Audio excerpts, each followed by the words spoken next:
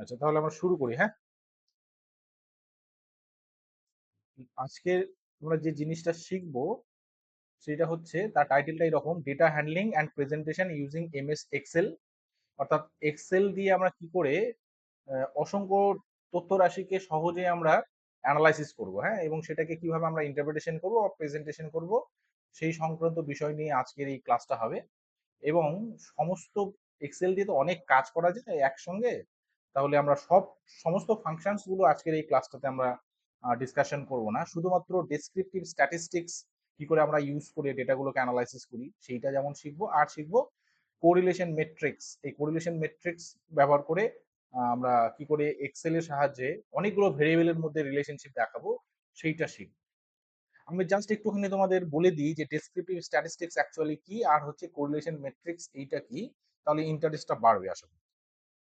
তো descriptive statistics হচ্ছে actually কি, যে স্ট্যাটিস্টিক্স মানেই হচ্ছে এটা একটা সায়েন্সের একটা ডিসিপ্লিন, যেটা নর্মালি কি করে যে তথ্য রাশিগুলোকে সংগ্রহ করে, তথ্য রাশিগুলোকে সেগুলোকে অর্গানাইজ করা হয়, সংগ্রহ করার পরে অর্গানাইজ করার পরে সেগুলোকে আমরা অ্যানালাইসিস করি, বিশ্লেষণ করি, এবং বিশ্লেষণ করার পর আমরা সেটাকে রিপ্রেজেন্টেশন করি।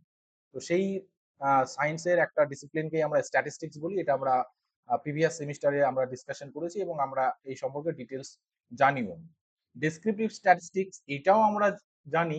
এটা স্ট্যাটিস্টিক্স এর দুই ধরনের টাইপস এর মধ্যে এক ধরনের টাইপস হচ্ছে ডেসক্রিপটিভ, আর একটা ইনফারেন্সিয়াল স্ট্যাটিস্টিক্স হয়। তো ডেসক্রিপটিভ স্ট্যাটিস্টিক্স অ্যাকচুয়ালি কি, এটা স্ট্যাটিস্টিক্স এর একটা সাব ডিসিপ্লিন আর কি। এইটা মূলত কি করে, যে তথ্যগুলোকে আমরা সংগ্রহ করলাম সেই তথ্যগুলোর তোমার হচ্ছে ক্যারেক্টারটা কেমন, নেচারটা কেমন, সেই নেচারটা জানা যায়। অর্থাৎ তোমার কাছে একটা ভেরিয়েবল বা একাধিক ভেরিয়েবলের অনেকগুলো ডেটা পয়েন্ট রয়েছে, অনেকগুলো ডেটা, এটা হতে পারে 100টা, 200টা, 10,000। তোমার রিসার্চের টপিক বা রিসার্চের তোমার এরিয়া কতখানি তার উপর বেস করে ডেটা পয়েন্ট গুলোর যে সংখ্যাগুলো রয়েছে সেগুলো ডিপেন্ড করবে। তাহলে এরকম ধরো 10,000, 20,000 বা 500, 1000 এরকম যদি ডেটা পয়েন্ট থাকে, তাহলে আমাদের ব্রেন মানে মানুষের ব্রেন কিন্তু ওই সমস্ত ডেটা পয়েন্ট গুলোকে একসঙ্গে ইন্টারপ্রিটেশন করতে পারে না বা সিম্পলিফাই করতে পারে না। কিন্তু যদি আমাদের কাছে ওই 500টা, 1000টা, 10,000টা বা 1 লাখ ডেটা পয়েন্টে যদি একটা সিঙ্গেল ভ্যালু থাকে, একটা দুটো এরকম যদি সিঙ্গেল ভ্যালু থাকে, তাহলে কিন্তু আমরা ডেটাটার ক্যারেক্টারটা আমরা সহজেই জানতে পারি।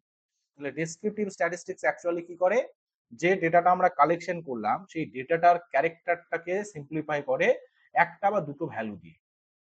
বুঝা গেল? যেমন সেই তোমার হচ্ছে ভ্যালুটা এরকম হতে পারে: গড় মান হতে পারে, মিডিয়ান মান হতে পারে, মোড হতে পারে, স্ট্যান্ডার্ড ডেভিয়েশন হতে পারে, স্যাম্পল ভ্যারিয়েন্স হতে পারে, স্কিউনেস হতে পারে, রেঞ্জ হতে পারে, হ্যাঁ? তাহলে এগুলোকে আমরা কি বলবো, তোমার হচ্ছে ডেসক্রিপটিভ স্ট্যাটিস্টিক্স এর আমরা কিছু মেজার বলবো, যেগুলো দিয়ে আমরা ডেটার ক্যারেক্টারটা জানতে পারি। তাহলে আমরা ম্যানুয়ালি কি করেছি, মিন আলাদা করে ক্যালকুলেট করেছি, মিডিয়ান আলাদা করে ক্যালকুলেট করেছি, মোড আলাদা করে ক্যালকুলেট করি, স্ট্যান্ডার্ড ডেভিয়েশন আলাদা করে ক্যালকুলেট করি। কিন্তু এমএস এক্সেল এখানে এমন ভাবে প্রোগ্রামিংটা করা আছে যে ডেসক্রিপটিভ স্ট্যাটিস্টিক্স বলে একটা ফাংশনই আছে। তাহলে ওই ডেসক্রিপটিভ স্ট্যাটিস্টিক্সে যদি আমরা ক্লিক করি এবং ডেটাটাকে আমি যদি সিলেক্ট করে দিই, কয়েক সেকেন্ডের মধ্যে তোমাকে মিন, মিডিয়ান, মোড, স্ট্যান্ডার্ড ডেভিয়েশন, তারপরে এই এখানে যেগুলো আছে আর কি, এই সমস্ত যে তোমার মেজার্স গুলো রয়েছে কয়েক সেকেন্ডের মধ্যেই তোমাকে দিয়ে দেবে, মানে সিলেক্ট করা অবধি। তারপরে ক্লিক করার সঙ্গে সঙ্গে তোমাকে এই তোমার হচ্ছে ডেসক্রিপটিভ স্ট্যাটিস্টিক্সের যত ধরনের মেজার্স হয় সেগুলো তোমাকে দিয়ে দেবে। এবং শুধুমাত্র একটা ভেরিয়েবল নয়, এখানে যেমন মার্কস অফ স্টুডেন্ট স্ক্রিনের মধ্যে তোমরা দেখতে পাচ্ছ যে 15 জন স্টুডেন্টের মার্কস গুলোর এখানে তোমার হচ্ছে ডেসক্রিপটিভ স্ট্যাটিস্টিক্স এর ভ্যালু গুলো দেওয়া আছে। এবার যদি তোমার মনে হয় যে তুমি আরো অনেকগুলো ভেরিয়েবলের তুমি ডেসক্রিপটিভ স্ট্যাটিস্টিক্স করবে, তাহলেও ওই সিলেক্ট করা পর্যন্ত যে সময়টা তোমার দরকার সেই সময়টা বাদে আর কোনো সময়ই লাগবে না।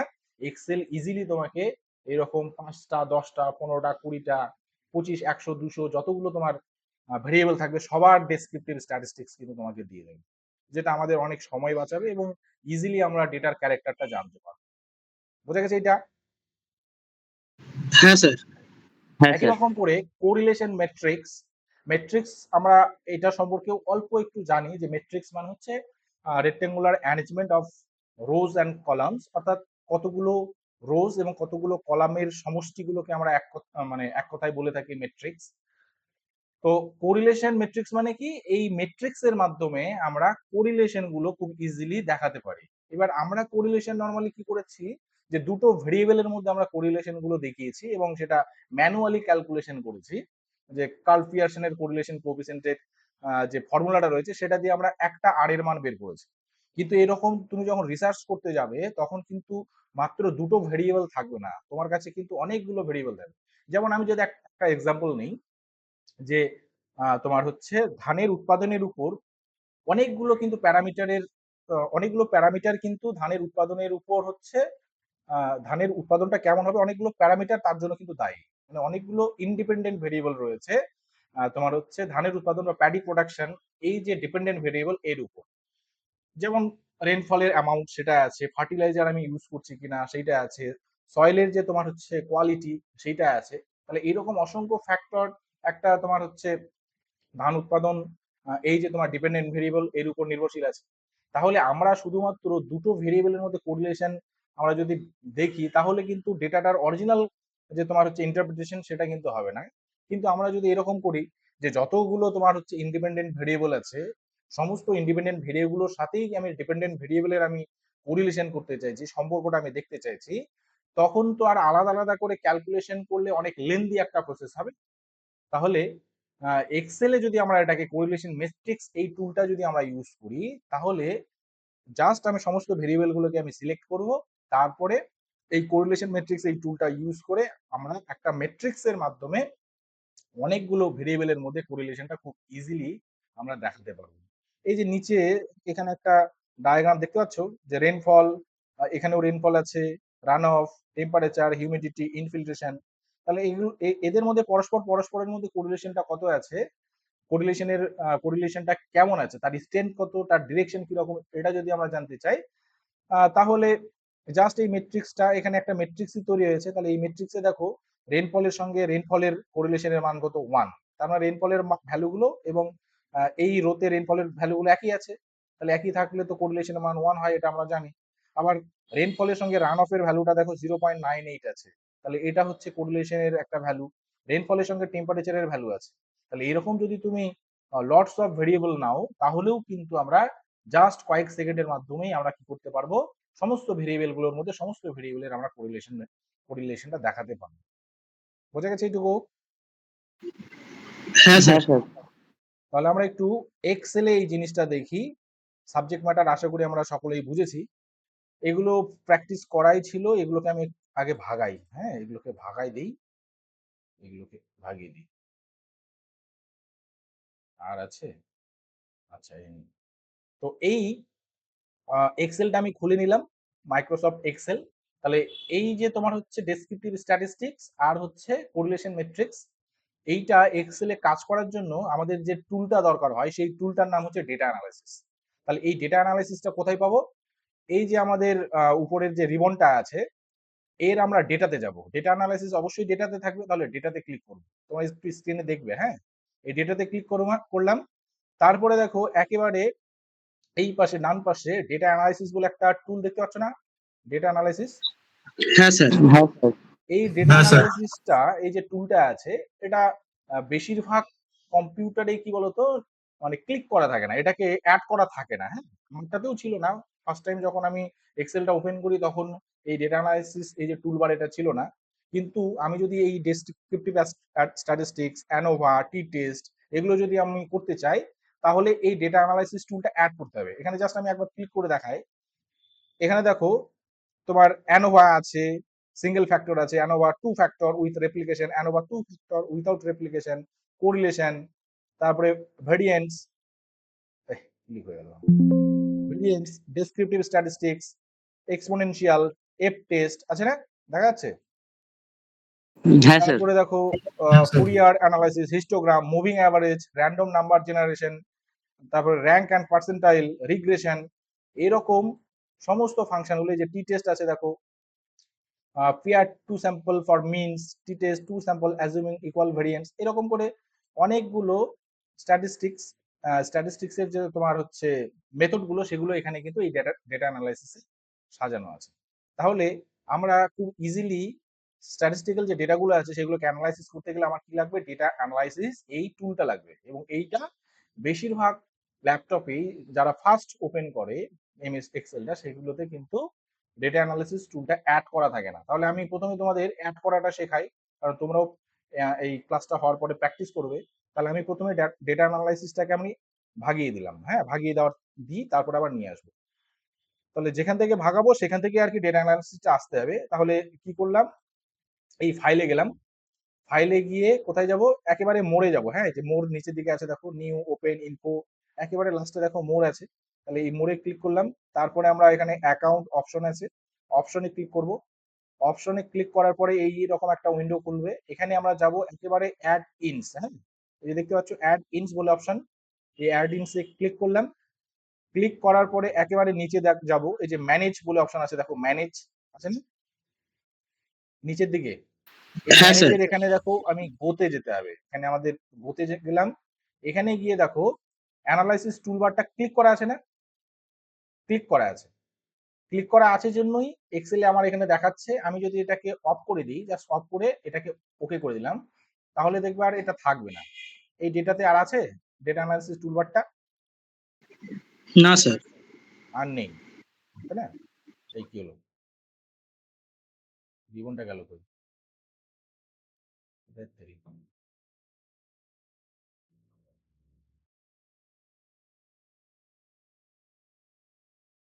আনপজ, আচ্ছা তাহলে রিবনটা এলো।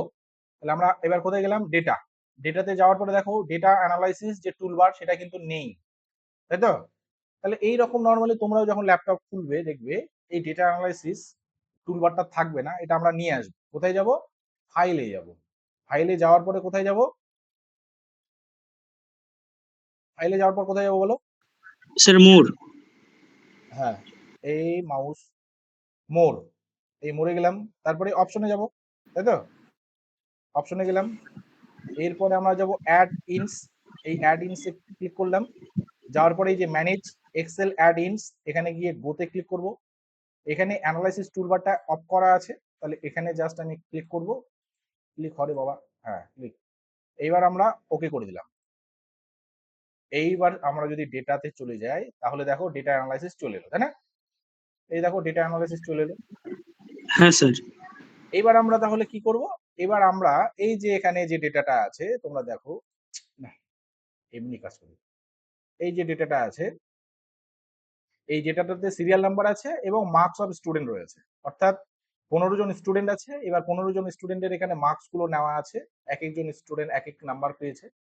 তাহলে এই যে স্টুডেন্টদের যে নাম্বারগুলো, তার ক্যারেক্টারটা আমি জানতে চাইছি। তার কি জানতে চাইছি, তার ক্যারেক্টার, তার নেচার, এটা আমি সামারাইজ করতে চাইছি। যে আমি এই 15টা ভ্যালু আমি মনে রাখতে পারবো না, এদের কোয়ালিটি ভালো না খারাপ সেটা আমি জানতে চাইছি। তাহলে আমি মিন বের করব, মিডিয়ান বের করব, মোড বের করব, এগুলো যদি আমি ক্যালকুলেট করি, তাদের স্ট্যান্ডার্ড ডেভিয়েশন বের করবো, তাহলে কিন্তু এই 15 জন স্টুডেন্টের আমি কিন্তু ওভারঅল ক্যারেক্টারিস্টিক্সটা বুঝতে পারবো। তাহলে এটার জন্য আমাকে মানে কি স্ট্যাটিস্টিক্স ইউজ করতে হবে, ডেসক্রিপটিভ স্ট্যাটিস্টিক্স ইউজ করতে হবে।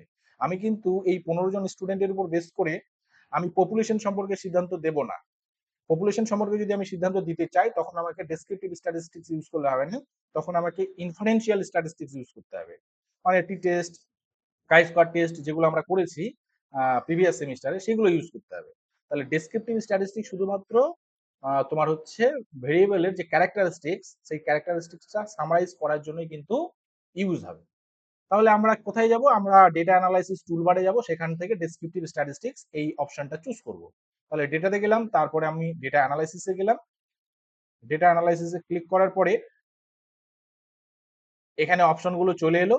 তাহলে আমরা কোনটা সিলেক্ট করব, যেহেতু আমি জানতে চাইছি ডেসক্রিপটিভ স্ট্যাটিস্টিক্স, তাই এখানে ক্লিক করলাম।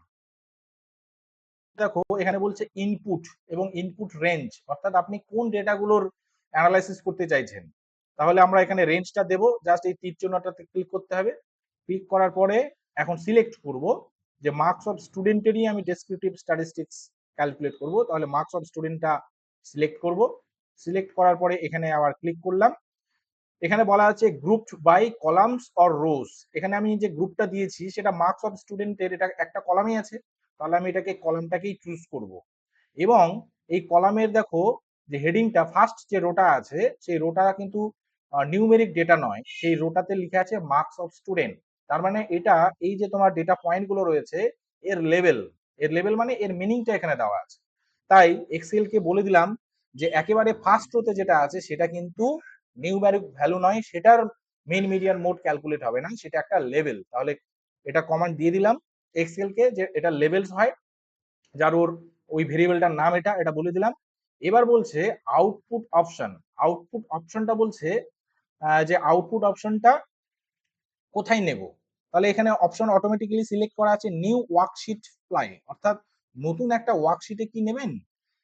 আর উপরেরটাতে যদি আমি ক্লিক করি যে আউটপুট রেঞ্জ, তার মানে তুমি ধরো এখানেই নিতে চাইছো, তাহলে আউটপুট রেঞ্জ, এখানে এই আউটপুট রেঞ্জটাতে আমরা সিলেক্ট করব এবং আমরা চেষ্টা করব এই আউটপুট রেঞ্জটাকে সিলেক্ট করার, কারণ তোমার এখানে ডেটাটা থাকবে তার পাশেই যদি ডেসক্রিপটিভ স্ট্যাটিস্টিক্স থাকে তাহলে সুবিধা হবে। কিন্তু তুমি যদি একটা নতুন এক্সেল আবার ওপেন করতে চাও তাহলে এই নিউ ওয়ার্কবুকে ক্লিক করতে হবে, অথবা একটা ওয়ার্কশিট যদি তুমি এক্সট্রা করে নাও, যেমন এখানে নিচের দিকে দেখো ডেসক্রিপটিভ স্ট্যাটিস্টিক্স, এটা একটা ওয়ার্কশিট, তারপরে কোরিলেশন ম্যাট্রিক্স এটা একটা ওয়ার্কশিট, রিগ্রেশন এটা একটা ওয়ার্কশিট। তাহলে এরকম করে যদি আমি প্লাস চিহ্ন দিয়ে আর একটা যদি আমি ওয়ার্কশিটে নিতে চাই তাহলে নিচেরটাতে মাঝেরটাতে ক্লিক করব। কিন্তু আমার মতে মানে এই যে ওয়ার্কশিটটাতে আছে ডেটাটা অরিজিনাল ডেটা সেখানে সিলেক্ট করাই ভালো। তাহলে আবার এই তীর চিহ্নটাতে ক্লিক করব, ক্লিক করার পরে আমি বলে দেবো যে আমি এর পাশেই নেব, এই জাস্ট এখানে সেলটাতে সিলেক্ট করলাম। সেলটা সিলেক্ট করার পর আবার এখানে যাব, যাওয়ার পরে এবার এখানে লেখা আছে দেখো সামারি স্ট্যাটিস্টিক্স, তাহলে সামারি স্ট্যাটিস্টিক্স এটাই আমরা ক্লিক করব। এবং বাকিগুলো নর্মালি আমাদের এই ডেসক্রিপটিভ স্ট্যাটিস্টিক্স এর জন্য দরকার পড়ে না, তাই সামারি স্ট্যাটিস্টিক্স এ ক্লিক করার পরে এই এখানে আমি ওকে করে দিলাম। কত সময় লাগলো বলো তো এই যে সামারি স্ট্যাটিস্টিক্স গুলো বের করতে? শুধুমাত্র সিলেক্ট করা পর্যন্ত সময়টা লাগবে, তাই না? জাস্ট ক্লিক করার সঙ্গে সঙ্গে দেখো দিয়ে দিল, এই যে ভ্যালুগুলো দিল, তোমরা কি দেখতে পাচ্ছ? হ্যাঁ স্যার।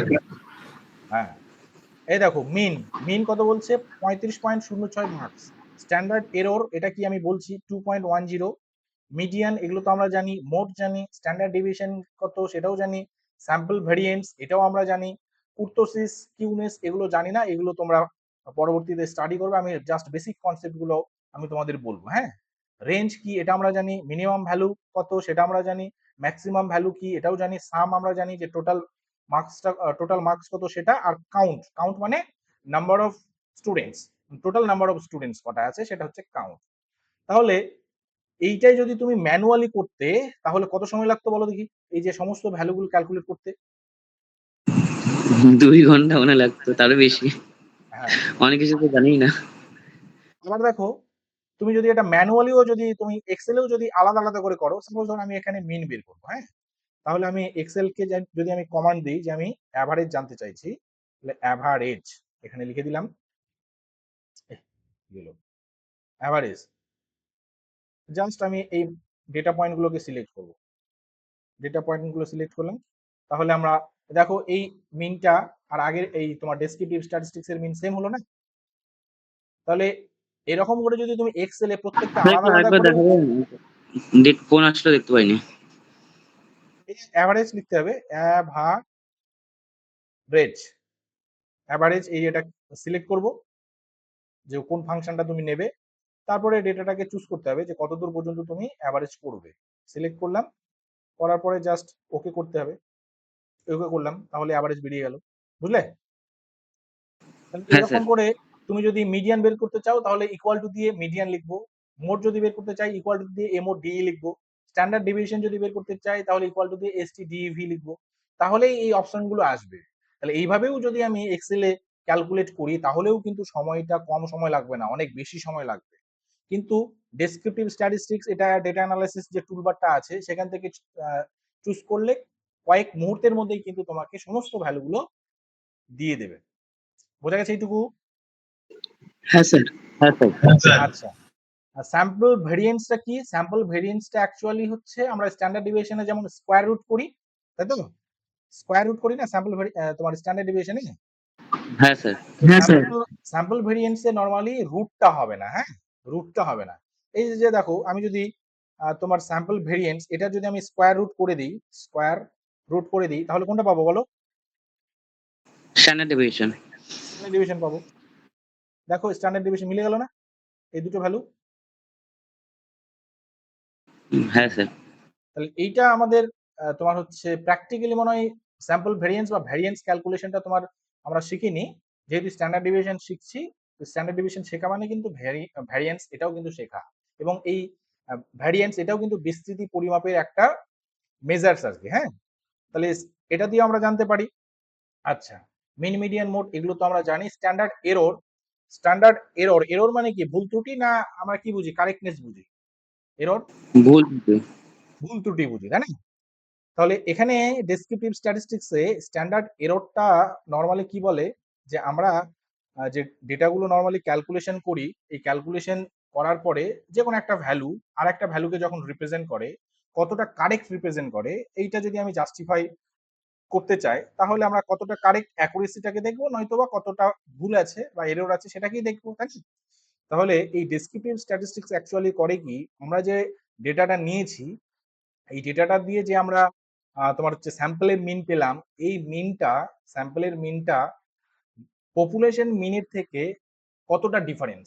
স্যাম্পলের মিনটা ভালো করে শুনবে, স্যাম্পলের মিনটা এক্ষেত্রে 35.06 নাম্বার।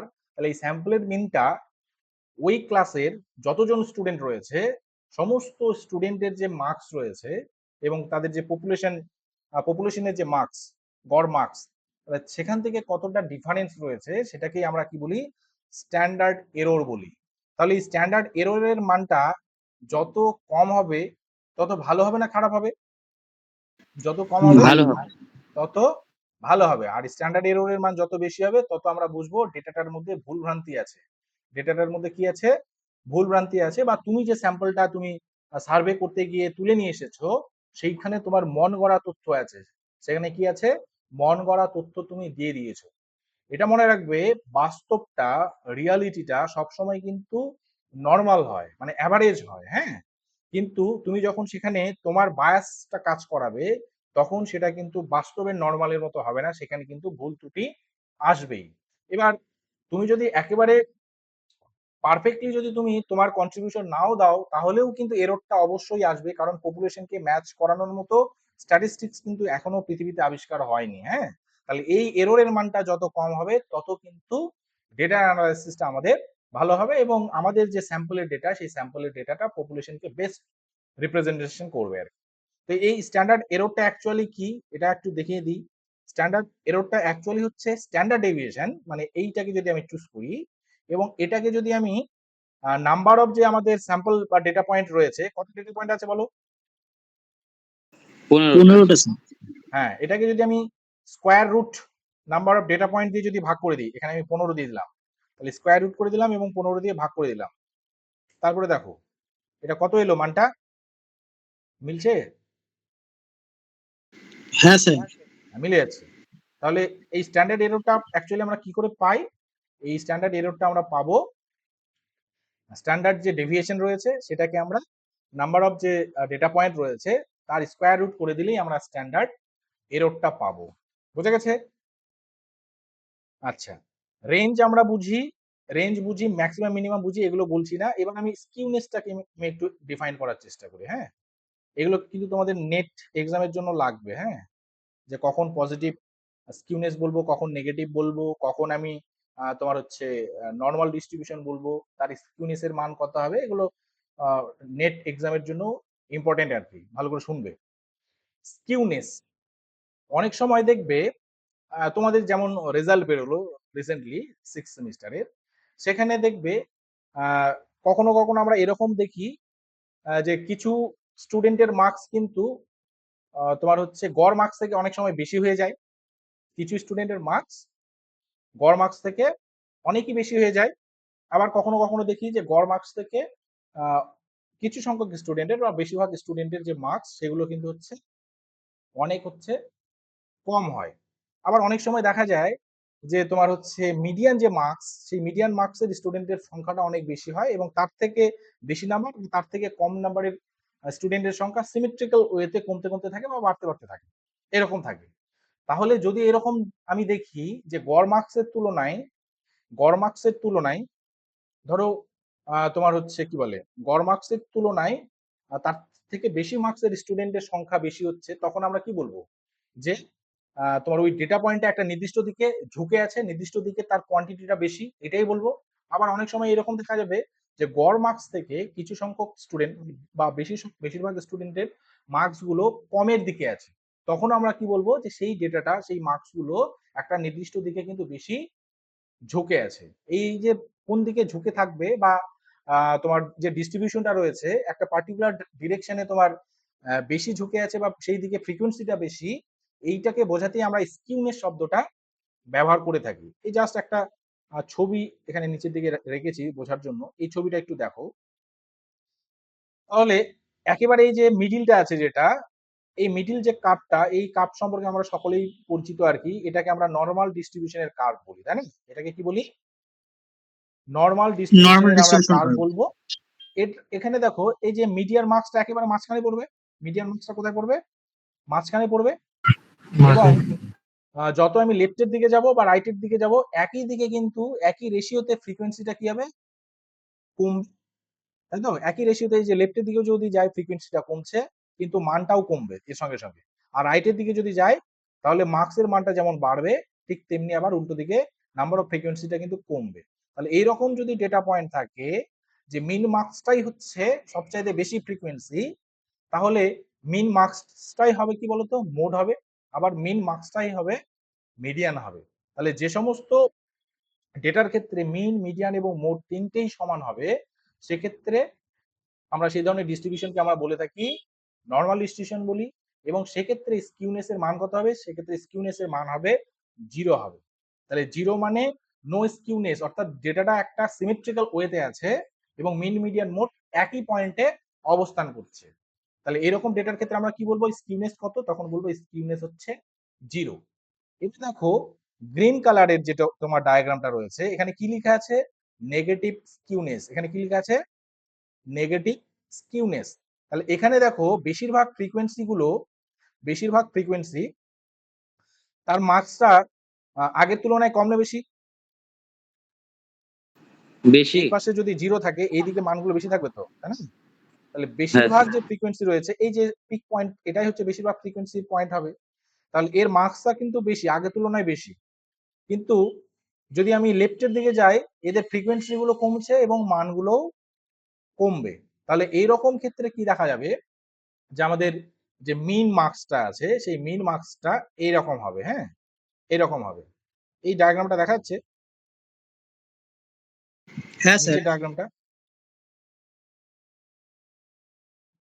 দেখো। তাহলে মিন, মিডিয়ান, মোড এটা একই জায়গাতে পড়লো, নর্মাল ডিস্ট্রিবিউশন। আর এইটা দেখো লেফট স্কিউড বা স্কিউ লেখা আছে। এখানে মোডটা হবে এইদিকে, একেবারে বেশির দিকে মোডটা হবে, কারণ এইদিকে ফ্রিকোয়েন্সিটা বেশি। আর মিডিয়ানটা মাঝখানেই পড়ছে, আর মিনটা কোন দিকে? আরো লেফটের দিকে পড়ছে, তাই তো? তাহলে এইরকম যদি ক্যারেক্টার হয়, তাহলে মিনটা কার থেকে কম? মোডের থেকে কম। মিনের মানটা হচ্ছে মোডের থেকে কম, তখন সেটাকে আমরা কি বলবো? নেগেটিভ স্কিউনেস বলবো। হ্যাঁ, আবার যদি এই ছবিটা হয়, রাইট স্কিউ লেখা আছে, এই স্কিউটা অ্যাকচুয়ালি এই যে পুচ্ছটা আছে না, পুচ্ছ লেজ, এই যে তোমার হচ্ছে কি বলে ডিস্ট্রিবিউশন কার্ভ, ফ্রিকোয়েন্সি কার্ভ, এই যে পুচ্ছটা কোন দিকে আছে সেই বেসিসে এই লেফট রাইট গুলো নাম হয়েছে। হ্যাঁ, তাহলে এই যে লেফটের দিকে দেখো, এই যে টেইলটা বা পুচ্ছটা, এটা কোন দিকে আছে? লেফটে আছে না?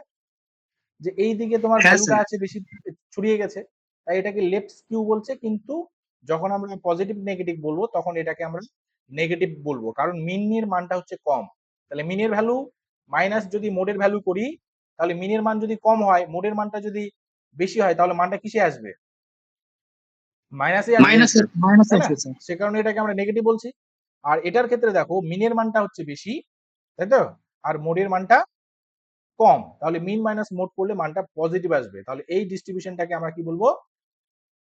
পজিটিভ স্কিউড বলবো। হ্যাঁ, এবার আমরা উপরে ডেটাতে চলে যাই। এখানে স্কিউনেস এর মানটা কি আছে? মাইনাস না প্লাস? কি আছে বলো? মাইনাস। Minus sir. মাইনাস আছে, তাই না? তাহলে মাইনাস যদি থাকে, তাহলে তাকে আমরা কি বলবো? Negative skew. Left negative skew. Left. বোঝা গেল? অর্থাৎ আমরা কি বুঝবো?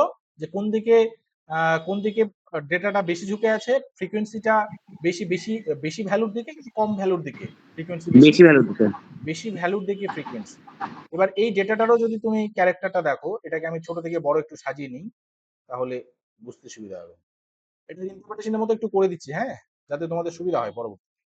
লার্জেস্ট টু স্মলেস্ট করে দিলাম, এক্সপ্যান্ড দ্য সিলেকশন, আচ্ছা ঠিক আছে করে দিলাম। এ এ, এটা সপ্তাহ, ও মিনটাকে নিয়ে নিয়েছি, মিনটাকে নিতে হবে, এই পর্যন্ত নিলাম। Short and filter, largest two smallest, expand the selection, আচ্ছা মিনটা থাক। দেখো কোন দিকে ডেটা পয়েন্ট গুলো বেশি ঝুঁকে আছে দেখো দেখি, মিনটা মাঝখানে থাকলো তাই না, এই যে 46 45 43, বেশি মিনের থেকে বেশি দিকে মানগুলোই আছে না, বেশি বেশি বড় বড় আছে, এই যে মিনের মান কত, উলট পালট হয়ে 41 গেল, হ্যাঁ দশমিক 5। উলট পালট হয়ে গেছে, যাক গে, এটাকে ছোট করি। অ্যাকচুয়ালি যে মিন মানটা মানটা আছে না 35, এই 35 এর থেকে বেশি যে মানগুলো আছে না, সেই বেশি মানগুলোর সংখ্যাই কিন্তু এখানে বেশি আছে, এবং এগুলো দূরে দূরে আছে, হ্যাঁ, সেই কারণে এই মানটা মাইনাসে পেলাম আর কি। এটা আরেকটা ডেটা নিয়ে যখন অ্যানালাইসিস করবো তখন আর একটু ক্লিয়ার হবে, হ্যাঁ, তাহলে এটা বুঝলাম। এবার দেখো আরেকটা আছে কার্টোসিস, কার্টোসিসের মানটাও আমরা পেলাম -0.24 পেলাম। তো কার্টোসিসটা অ্যাকচুয়ালি এই ডেটাটার যে হচ্ছে পিকনেস কতটা, পিকিনেস কতটা, কতটা তোমার হচ্ছে ওই যে তোমার ম্যাক্সিমাম যে ফ্রিকোয়েন্সি আছে না, তার লেভেলটা কতটা সেটা জাস্টিফাই করার জন্য এই আমরা কার্টোসিসটা ইউজ করে থাকি। তো কার্টোসিসের একটা ছবি আমি এখানে তোমাদের দেখাই, এই ছবিটা দেখা যাচ্ছে কার্টোসিসের, হ্যাঁ স্যার। হ্যাঁ স্যার। এই বাবা এখানে থাক, কার্টোসিস এই ভ্যালুটা দেখো, তোমার যেটা লেপ্টোকার্টিক বলা হচ্ছে, তার এই যে পিকনেসটা বেশি না কম, লাল কালারের পিকনেস বেশি বেশি। স্যার। অনেক বেশি। এবং মনে রাখবে যদি কার্টোসিসের মান 3-এর বেশি হয় তাহলে তাকে আমরা বলবো লেপ্টোকার্টিক, এটাও নেটের জন্য ইম্পর্টেন্ট, হ্যাঁ, লেপ্টোকার্টিক কখন বলবো, তাহলে 3-এর বেশি হলে আমরা কিরকম বলবো, তার পিকনেসটা কেমন, অনেক বেশি হাই, সবচাইতে বেশি হাই, সেটাকে আমরা বলবো লেপ্টোকার্টিক।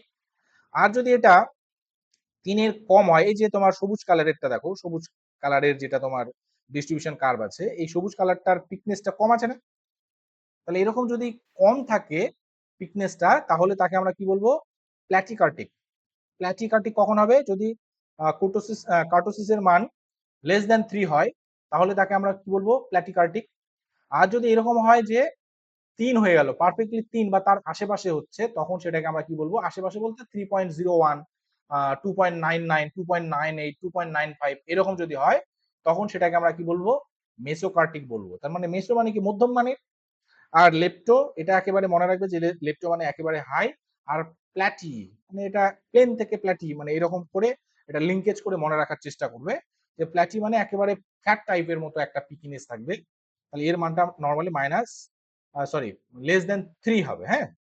তাহলে আমাদের যেটা কার্টোসিসের মান, এটা দেখো 3-এর কম হয়েছে না বেশি হয়েছে, কত হয়েছে, স্যার -0.24 হয়েছে, 3 তার এর মানে কম। 3-এর কম। তাহলে এটার পিকিনেস খুব বেশি না কম, থিকনেসটা কম। অনেক কম, তাই না, তার মানে এটা কি ধরনের ডিস্ট্রিবিউশন যদি বলা হয়, কার্টোসিসের উপর বেস করে কি প্লাটিকার্টিক। বলবো, প্ল্যাটিকার্টিক। আর এটাই যদি তোমার হচ্ছে 3 হতো, মেসোকার্টিক। এটাই যদি 3-এর বেশি হতো, তখন আমরা কি বলতাম, লেপ্টোকার্টিক। বুঝে গেছে আর স্যার প্লাস মাইনাস ওটা কি? স্যার মাইনাসে দেওয়া -0.24, মানে এখানে তো 3 এর কম মানে মাইনাস পর্যন্ত ধরবো? এখানে তো তোমাকে 3-এর কম মাইনাসও ধরবে, বুঝলে, 3-এর কম মানে মাইনাসও ধরবে, বুঝে গেল, আচ্ছা। হ্যাঁ, আর স্যার আচ্ছা 3 এর বেশি মানে শুধু প্লাস 3 এর বেশি? হ্যাঁ, আচ্ছা স্যার। প্লাস প্লাস 3-এর বেশি। আচ্ছা এবার এই ডেটাটাতে দেখি, এই ডেটাটার ডিস্ট্রিবিউশনটা একটু ভালো করে অবজার্ভ করো, ডেটাটাকে আমি সাজিয়েছি যাতে এই বিষয়টাকে আরো ভালো করে বোঝা যায়, সেই কারণে, হ্যাঁ, তোমরা বলতে পারবে, এগুলো তোমাদের শিখিয়েছিলাম। তাহলে এখানেও 15টা স্টুডেন্ট আছে, এখানে মার্কস অফ স্টুডেন্ট গুলোকে আমি এরকম করে নিজের মতো করেই বানিয়েছি, 18, 19, 20, 21, 22, 23, তারপরে 25 হয়েছে, 6 নম্বরে গিয়ে 25 হয়েছে, 7 নম্বরেও 25, 8 নম্বরেও 25, 9 নম্বরেও 25, 10 নম্বরেও 25, মোট কত হবে বলো দেখি? স্যার 25। 25 হবে, তাই তো? আর তারপরে আবার দেখো 28, 28 হয়েছে, 29 হয়েছে, 30 হয়েছে, 31, 32। ও ডেটাটাকে সাজালাম না কি করলাম? আচ্ছা দেখি, করে দেখি। মনে হয় পরে চেঞ্জ করেছে মনে হয়। আচ্ছা ডেটা অ্যানালাইসিসে যাবো, তারপরে কি করবো বলো? ডেসক্রিপটিভ স্ট্যাটিস্টিক্সটাকে চুজ করব। এবার কোন ডেটাটা নেব সেটাকে চুজ করব। এটা আগেটা চুজ করা ছিল, এখন আমি এটা চুজ করব। এটা চুজ করে দিলাম। তারপরে ফার্স্ট যে রোটা আছে সেটাকে লেবেলে ক্লিক করব। আউটপুট রেঞ্জটা আমি আগেরটাতে নেব না, আমি এই পাশেরটাতে দেব। এটাতে সিলেক্ট করলাম। তারপরে সামারি স্ট্যাটিস্টিক্সটাকে আমি অন করলাম। অন করার পরে জাস্ট এবার আমরা ওকে করব। তাহলে এই ওকে করে দেখো ডেটাটা দেখা যাচ্ছে। হ্যাঁ স্যার। হ্যাঁ, এখানে মিন মিডিয়ান গুলো আমি তোমাদের দেখাচ্ছি না, আমি দেখাচ্ছি এই যে স্কিউনেসটা। স্কিউনেস দেখাচ্ছে হ্যাঁ স্যার। কত দেখাচ্ছে? 0। 0। স্কিউনেস 0 মানে কি? এই ডিস্ট্রিবিউশনের তোমার হচ্ছে ডিস্ট্রিবিউশনটা একেবারে নর্মাল ডিস্ট্রিবিউশন, তাই না? এই ডিস্ট্রিবিউশনটা কেমন distribution? Normal normal distribution. Distribution, যার মিন মিডিয়ান মোড কি সমান। সমান। তাহলে এই যে মিন দেখো 25, মিডিয়ান কত? 25, মোড কত? 25, তাই তো? তাহলে মিন মিডিয়ান মোড সবই 25। তাহলে নর্মাল ডিস্ট্রিবিউশন এর যদি আমরা কার্ভটা করি, তাহলে এটা কিরকম কার্ভ হবে? বেল শেপড হবে না পজিটিভ স্কিউড বা নেগেটিভ স্কিউড হবে? কিরকম হবে? Bell set. Sir bell shape. Bell shaped curve হবে। তাহলে ডেটাটাকে আমি বানিয়েছি ওইভাবেই যে মিনটাকেই বেশিরভাগ ফ্রিকোয়েন্সি দিয়েছি এবং তার থেকে কম ভ্যালু 5টা নিয়েছি এবং তার থেকে বেশি ভ্যালু কটা নিয়েছি? 5টা নিয়েছি। হ্যাঁ, তাহলে এইরকম করে যেহেতু নেওয়া আছে তার মানে ডেটাটা একেবারে বেল শেপড কার্ভের মতো হয়েছে, তাই এর স্কিউনেস এর ভ্যালু কত হয়েছে? 0 হয়েছে। বোঝা গেল? এবার যদি আমি ধরো এই দিকের ভ্যালুগুলোকেই যদি আমরা বাড়িয়ে দিই, ধরো 29 আছে, এটাকে আমি নিয়ে নিলাম, কত নিলাম ধরো, মার্কস তো এত বাড়বে না, 45 নিলাম। কত নিলাম? 45 নিলাম।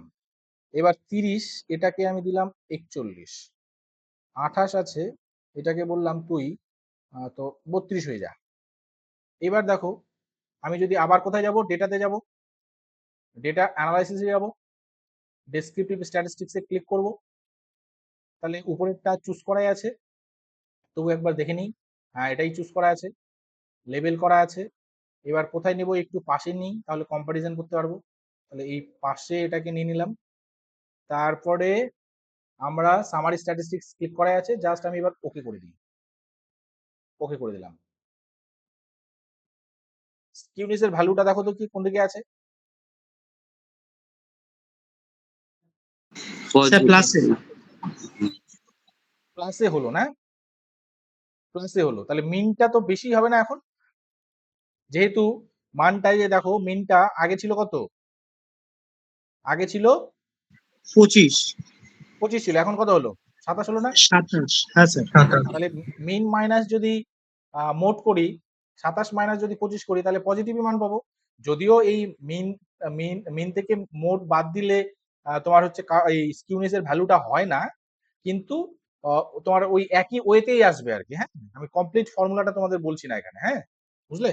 কিন্তু মিন থেকে যদি আমি মোড বাদ দিই তাহলে মানটা পজিটিভই আসবে, তাই এখানে তোমার এটা পজিটিভ মান দেখালো। কিন্তু যদি আমি এইরকম করতাম,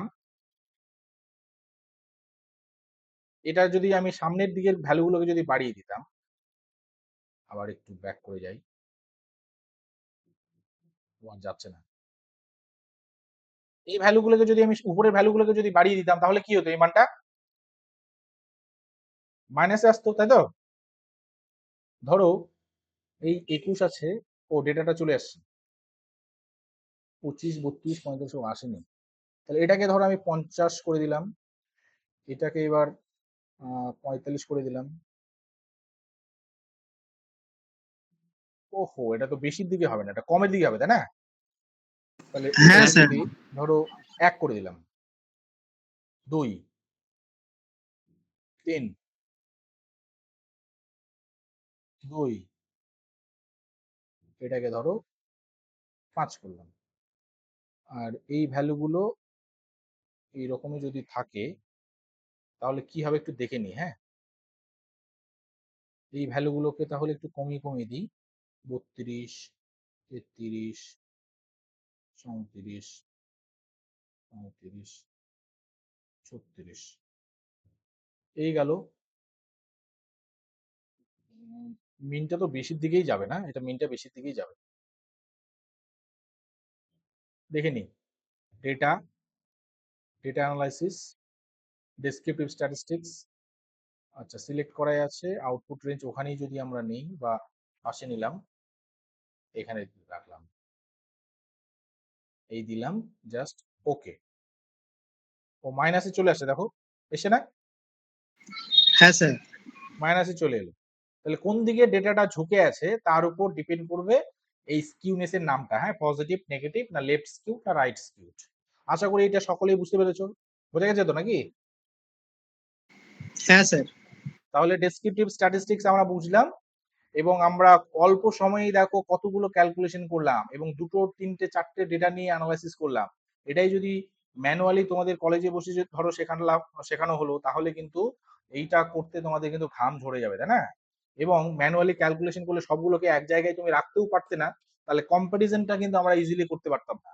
তাহলে কম্পিউটার কতটা ইউজফুল আমাদের কাছে, তাই না? এবং বর্তমান সময়ে যে কোনো ধরনের অ্যানালাইসিস গুলোই কিন্তু কম্পিউটারেই করা হবে, হ্যাঁ? এবং খুব কম সময়ে অ্যানালাইসিস গুলো ইজিলি আমরা করতে পারি। এটা আমরা জাস্ট ডেসক্রিপটিভ স্ট্যাটিস্টিক্স দিয়ে অল্প বিস্তর জানলাম।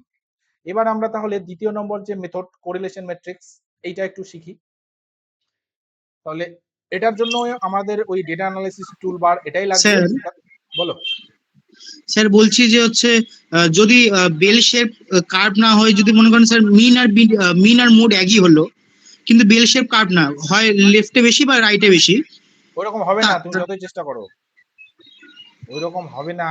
মিন, মিডিয়ান, মোড যদি এক এক আনতে চাও তাহলে অবশ্যই দুপাশেই তোমার হচ্ছে বেল শেপড না মানে কার্ভই স্যার হবে। যদি হচ্ছে মিনটা আর মোডটা এক হয়, মিডিয়ানটা আলাদা হয়। আরে বাবা, মিন মিডিয়ান মোডের ফর্মুলাটা ভুলে গেলে? যে মোড ইকুয়াল টু বলো 3, এই 3 মিডিয়ান মাইনাস 2 মিন। তাহলে ওখানে যদি দুটো একই হয় তাহলে আর একটা অটোমেটিকলি এক হয়ে যাবে, বুঝলি? আচ্ছা স্যার। আচ্ছা, এই পরেরটা দেখো, এখানে কি আছে?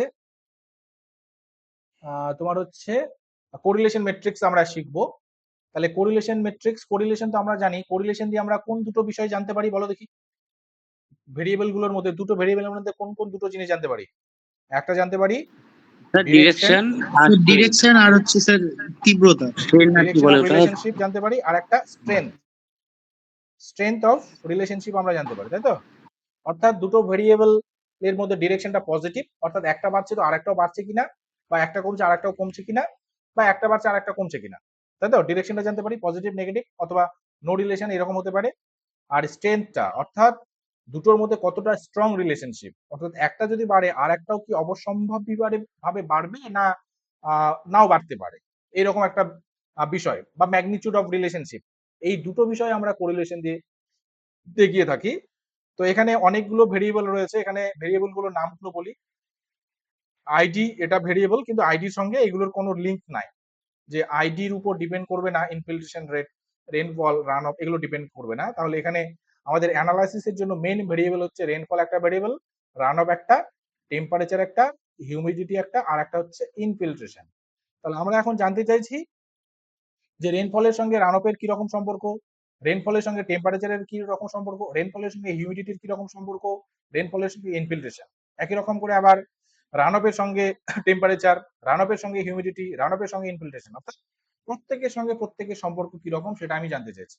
তাহলে আমি যদি ম্যানুয়ালি এটাকে করি, তাহলে এখানে যদি আমি ম্যানুয়ালি করতে চাই, ম্যানুয়ালি নর্মালি একটা মাত্র আর এর মান বেরোবে এবং দুটো ভেরিয়েবলের সঙ্গে, তাহলে সেটা আমরা করব কো রিল লিখবো, তাহলেই কোরিলেশন আসবে। দেখো এখানে কো রিল লিখলে আসছে returns the correlation coefficient between two data sets. তার মানে দুটো ডেটা সেটস চুজ করলেই নর্মালি কি দেবে, আমাদের কোরিলেশন কোএফিসিয়েন্টের মানটা দেবে। তাহলে এটা আমি ধরো চুজ করে দিলাম রেইনফল আর রানঅফের সঙ্গে, জাস্ট এটাকে আমি ক্লিক করলাম এবং ওকে করে দিলাম। ওহো, এটা কমা দিতে হতো, সরি। তাহলে এটাকে প্রথম ভেরিয়েবলটা ও রিল আর একবার করি। তাহলে প্রথমটা সিলেক্ট করব, এখানে কমান্ড লিখাই থাকে, দেখো লিখা আছে কো রিল অ্যারে 1, তারপরে কমা আছে না, কমা আছে দেখো, তার মানে বলছে হ্যাঁ স্যার। অ্যারে 1 এটা চুজ করার পরে আপনি কমা দিন, তাহলে কমা দিয়ে দিলাম। তারপরে বলছে অ্যারে 2, অ্যারো 2টা অন হয়ে গেল, তাহলে অ্যারে 2 এটাকে আমি সিলেক্ট করলাম, তারপরে ব্র্যাকেট ক্লোজ করে দিলাম। এইবার দেখো মান দিয়ে দিল। তাহলে রেইনফলের সঙ্গে রান অফের কি সম্পর্ক, পজিটিভ না নেগেটিভ? Positive, positive. স্ট্রং এর মানে কি, স্ট্রং পজিটিভ। রেইনফল যদি বাড়ে রান অফও বাড়বে। রান অফ বাড়বে, রেইনফল বাড়লে রান অফ বাড়বে, এবং স্ট্রং রিলেশনশিপ প্রায় একের কাছাকাছি, তাই না? তাহলে এটা স্ট্রং পজিটিভ রিলেশনশিপ। বাকিগুলোর যদি তুমি প্রত্যেকটা করতে চাও তাহলে এরকম করে সিলেক্ট করে করে করতে হবে। কিন্তু আমরা যদি কোরিলেশন ম্যাট্রিক্স ইউজ করি তাহলে জাস্ট ক্লিক করার সঙ্গে সঙ্গে প্রত্যেকের সঙ্গে প্রত্যেকের কোরিলেশন কোএফিসিয়েন্ট ভ্যালু দিয়ে দেবে। তাহলে এটার জন্য আমরা কোথায় যাব, ডেটাতে যাব, ডেটার পরে কোথায় যাব, ডেটা অ্যানালাইসিস যাব। এখানে যাওয়ার পর কোথায় যাব, কোরিলেশনে যাব, কোথায় যাব, কোরিলেশন। জাস্ট কোরিলেশন আমি সিলেক্ট করে দিলাম। এবার এখানে বলছে দেখো ইনপুট রেঞ্জ, অর্থাৎ কতদূর পর্যন্ত আমরা এই কোরিলেশন কোএফিসিয়েন্ট করব। তাহলে আমি রেঞ্জটা এখানে দিয়ে দিলাম যে এতদূর পর্যন্ত আমি কোরিলেশন কোএফিসিয়েন্ট করব, সিলেক্ট করলাম। সমস্ত যে ভেরিয়েবল গুলো রয়েছে সমস্ত ভেরিয়েবলের ডেটা পয়েন্ট সমেত এটাকে আমরা সিলেক্ট করব। সিলেক্ট করার পরে বলা আছে যে গ্রুপড বাই কলামস অর রোজ, এটা গ্রুপ করা আছে কলাম ওয়াইজ, তাই তো? তাই এখানে অটোমেটিক্যালি কলাম এখানে সিলেক্ট করা আছে। যদি এটাকে রেনফলটা রোতে লিখতাম, রানঅফটাও আরেকটা রোতে লিখতাম, তখন এটা রোতে সিলেক্ট করতে হতো। হ্যাঁ, আচ্ছা। এখানে বলছে লেভেলস ইন ফার্স্ট রো, অর্থাৎ ফার্স্ট রোতে কি লেভেল আছে? তাহলে হ্যাঁ, অবশ্যই আমরা এখানে লেভেল রেখেছি, তাহলে এটাকে সিলেক্ট করব।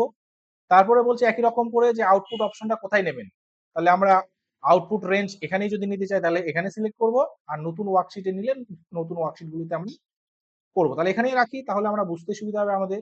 তাহলে এখানে গিয়ে তীর চিহ্নটাতে ক্লিক করে আমি বলবো যে আমি এখানেই নিতে চাইছি, জাস্ট এখানে সিলেক্ট করলাম। সিলেক্ট করার পরে এবার আমি ওকে করে দিই। দেখো ওকে করে দিলাম, চলে এলো না? সময় লাগলো, সময় লাগলো কি? না স্যার। না স্যার। সময় লাগছে না। তাহলে কম্পিউটার দেখো কত ইজিলি এবং কারেক্টলি কিন্তু ভ্যালুগুলো দিয়ে দিল। এটাই যদি তোমাদের করতে বলতাম তাহলে কারো 0.98 হতো, কারো 0.97 হতো, কারো কারো আবার 1 পার হয়ে যেত, কারো আবার তোমার হচ্ছে এই ভ্যালুটাই 0.5 আসতো, তাই না? এরকম মানগুলো আসতো। কিন্তু কম্পিউটারে যদি তুমি ঠিকঠাক মতো ডেটাগুলো সিলেক্ট করো এবং কমান্ড যদি ঠিকঠাক দাও তাহলে সবার কিন্তু একই ভ্যালু আসবে এবং কারেক্ট ভ্যালু আসবে। তাহলে আমরা শিখবো যে কি করে আমরা কারেক্ট ডেটাগুলোকে, আমরা কারেক্ট ভ্যালুগুলোকে আমরা ক্যালকুলেট করবো এবং সিলেকশন কিভাবে করবো সেগুলো আমরা এই কম্পিউটারের মাধ্যমে এগুলো শিখবো। হ্যাঁ, এবং তোমরা যেহেতু তোমার হচ্ছে হায়ার স্টাডিজ এর দিকে যাচ্ছ, তাই কম্পিউটারের মাধ্যমে এগুলো ইজিলি কিভাবে ক্যালকুলেট করা যায় এবং তার মিনিং গুলো আমাদের কিন্তু বোঝা ইম্পর্টেন্ট। যে আমি শুধু স্টেপ বাই স্টেপ আমি ধরো ভ্যালুগুলো ক্যালকুলেট করা আমি শিখে গেলাম, কিন্তু 1 মানে কি আমি জানি না, 0.98 মানে আমি কি জানি না, 0.76 মানে আমি কি জানি না, তাহলে এইগুলো করলে কিন্তু হবে না। পাশাপাশি তুমি ধরো একটা ডেটা অ্যানালিসিস করছো, তারপরে তুমি ধরো গবেষণা করছো, তাহলে তো সবাইকে তো বোঝাতে হবে যে 0.98 এর মানে কি, 1 এর মানে কি, তাহলে এইটাও কিন্তু ইম্পর্টেন্ট। হ্যাঁ, তাহলে দুটোকে মিক্সড আপ করেই কিন্তু আমাদের স্টাডিটা চলবে। আচ্ছা, এখানে বলো তো এই যে তোমার ডায়াগোনাল ভ্যালুগুলো 111 করে আসছে কেন? 111 এগুলো সব কারণ স্যার ওটাই দুই জায়গাতেই আছে, আর মানে ওটা যেই হারে বাড়ছে ওটাও সেই হারেই বাড়ছে ওইটাই। একই ভ্যালু। যে ধরো হ্যাঁ স্যার। রেনফলও 45 আর একটা রেনফলও 45, তাহলে দুটো ভেরিয়েবল সেম আছে, তাহলে তাদের কোরিলেশন কি হবে? একই ভ্যালু যদি থাকে তাহলে তাদের মধ্যে স্ট্রং রিলেশনই থাকবে, যে এটাও যা হবে ওটাও তাই হবে, তার মানে স্ট্রং রিলেশন, তাই না? যেমনটা ধরো হাজবেন্ড ওয়াইফের মতো, এ যা বলবে ও তাই বলবে, এরকম অনেকটা রিলেশনশিপ, তাই না? তাহলে এখানেও রেনফলও যা, ওই রেনফলটাও তাই আছে, তাই মানগুলো সবগুলো একই রকম করে। দেখো এই 2 নম্বরটাতে রান অফ, এটাও রান অফ, ওটাও রান অফ, তাহলে রান অফের সঙ্গে রান অফের কোরিলেশন কি হবে? 1 হবে, তাই না? তাহলে 1ই আছে। তাহলে আমরা দেখবো কোনগুলো? এই যে ভ্যালুগুলো দেখবো, এই ভ্যালুগুলো, এই যে নিচের যে ভ্যালুগুলো আছে সেই ভ্যালুগুলো দেখবো।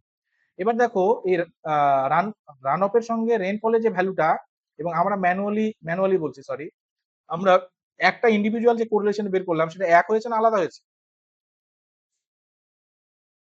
এক না আলাদা? একই হয়েছে, তার মানে একই ফাংশন। এখানে কিছু কমান্ড এক্সট্রা করে দিয়ে ডেটা অ্যানালাইসিস যে টুলটা আছে সেখানে রাখা হয়েছে আর কি, ওটা একসঙ্গে। হ্যাঁ, যে তোমার যদি এরকম 1 লাখ যদি ডেটা ভেরিয়েবল থাকে, তাহলে 1 লাখ ডেটা পয়েন্টের সঙ্গে 1 লাখ ডেটা পয়েন্টের যে কোরিলেশনটা, সেটাও কিন্তু জাস্ট নিমেষের মধ্যে তোমাকে দিয়ে দেবে। কিন্তু এটাই যদি আমরা ম্যানুয়ালি বা যদি আমি এক্সেলও আলাদা আলাদা করে করি, তাহলে কিন্তু অবস্থা খারাপ হয়ে যাবে, তাই না? বুঝতে পারছো? হ্যাঁ স্যার। এবার দেখো টেম্পারেচারের সঙ্গে রেইনফল, এটা কি রকম সম্পর্ক বলো? টেম্পারেচারের সঙ্গে রেইনফল, এই যে এই ভ্যালুটা, স্যার পজিটিভ। পজিটিভ রিলেশন, এবং এটা স্ট্রং এর দিকে বা মডারেট বলতে পারে, তাই না? মডারেট থেকে স্ট্রং হ্যাঁ এর স্যার। দিকে যাচ্ছে। আচ্ছা, একই রকম করে হিউমিডিটির সাথে রেইনফল, অর্থাৎ রেইনফল বাড়লে জলীয় বাষ্পের পরিমাণ বাড়বে না কমবে, এটাও স্ট্রং রিলেশনশিপ আমরা পেলাম, তাই না? ইনফিল্ট্রেশন মানে কি? যে তোমার মাটির রন্ধ্র দিয়ে জল কিরকম রেটে তোমার হচ্ছে নিচের দিকে মুভ করছে, সেটাকে আমরা ইনফিল্ট্রেশন বলি। তাহলে রেইনফল বেশি হলে কি হবে? ইনফিল্ট্রেশন রেটটাও বেশি হবে নরমালি। তাহলে এখানেও আমরা তাই পাচ্ছি, 0.98 পাচ্ছি। একই রকম করে আমরা কি পরের কলামে কি পেয়েছি? টেম্পারেচারের সঙ্গে রান অফ, টেম্পারেচারের সঙ্গে রান অফের একটা সম্পর্ক এখানে দেওয়া আছে, হিউমিডিটি সম্পর্ক দেওয়া আছে। তাহলে এই রিলেশন গুলো আমরা ভ্যালুগুলো দেখে কিন্তু খুব ইজিলি ক্যালকুলেট করতে পারবো। তাহলে এই জিনিসটা বোঝা গেছে যে কোরিলেশন ম্যাট্রিক্স আমরা কি করে ইউজ করব হ্যাঁ অনেক স্যার। ভেরিয়েবলের মধ্যে সম্পর্ক দেখানোর জন্য। তাহলে আজকের ক্লাসের এইটুকুই হচ্ছে বিষয়বস্তু। আর যদি কোনো কোয়ারি থাকে তাহলে তোমরা বলতে পারো, হ্যাঁ? বুঝলে? আছে কিছু? তোমরা একটু প্র্যাকটিস করবে, হ্যাঁ? এটা প্র্যাকটিস করবে। তাহলে এটা প্র্যাকটিস করলে আমরা পরের যেগুলো থাকবে আর কি, রিগ্রেশন, ওয়ান ওয়ে অ্যানোভা, সেগুলো ধীরে ধীরে এগুলো দেখবো, হ্যাঁ? বোঝা গেছে? Okay sir. হ্যাঁ স্যার। আছে কিছু কোয়ারি? না স্যার। না স্যার।